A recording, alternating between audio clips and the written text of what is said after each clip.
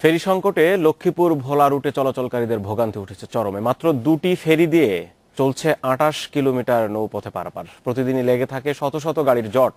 ৪-৫ দিন অপেক্ষা ছাড়া সিরিয়াল পান না কোনো চালক। সড়কপথে ভোলায় যেতে লক্ষ্মীপুরের মজু চৌধুরীর হাট থেকে ভোলার ইলিশা ঘাট পর্যন্ত পার হতে হয় ফেরিতে। মেঘনা মোহনার ২৮ কিলোমিটার এই নৌপথ পারাপারের সময় লাগে প্রায় ৩ ঘন্টা। ঢাকা ও চট্টগ্রাম থেকে প্রতিদিন এই পথে যাতায়াত করে শত শত গাড়ি। অথচ গুরুত্বপূর্ণ এই রুটে চলাচল করে মাত্র ৩টি ফেরি, তার একটি আবার ১.৫ মাস ধরে নষ্ট। নদীতে পানি বাড়লে মাঝে মাঝে গ্যাংওয়ে ডুবে অন্য দুটি ফেরিতেও গাড়ি ওঠানামা বন্ধ হয়ে যায়।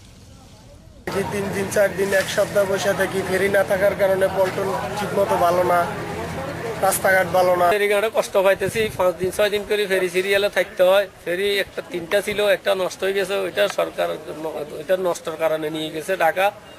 ঘাটে নেই থাকা খাওয়ার প্রয়োজনীয় ব্যবস্থা, নেই গাড়ি রাখারও কোনো জায়গা। বাধ্য হয়ে সড়কের দুপাশেই রাখতে হয় যানবাহন। গাড়ি রাখার জায়গা নাই, রোড উপরে গাড়ি রাখতে হয়, দোকানদারেরা চিল্লাফাল্লা করে, একটা টার্মিনাল নাই, সিরিয়ালে বসতে লাগে, জায়গা নাই, টার্মিনাল নাই, লেফটেন্ট নাই। আর এই অবস্থায় কিভাবে ড্রাইভাররা থাকে?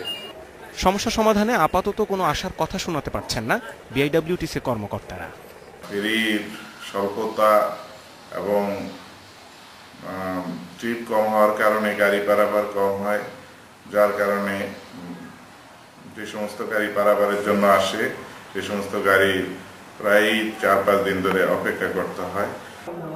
নষ্ট ফেরিটি কবে নাগাদ চালু করা সম্ভব হবে তাও নিশ্চিত করতে পারেননি এই কর্মকর্তা। Independent news desk.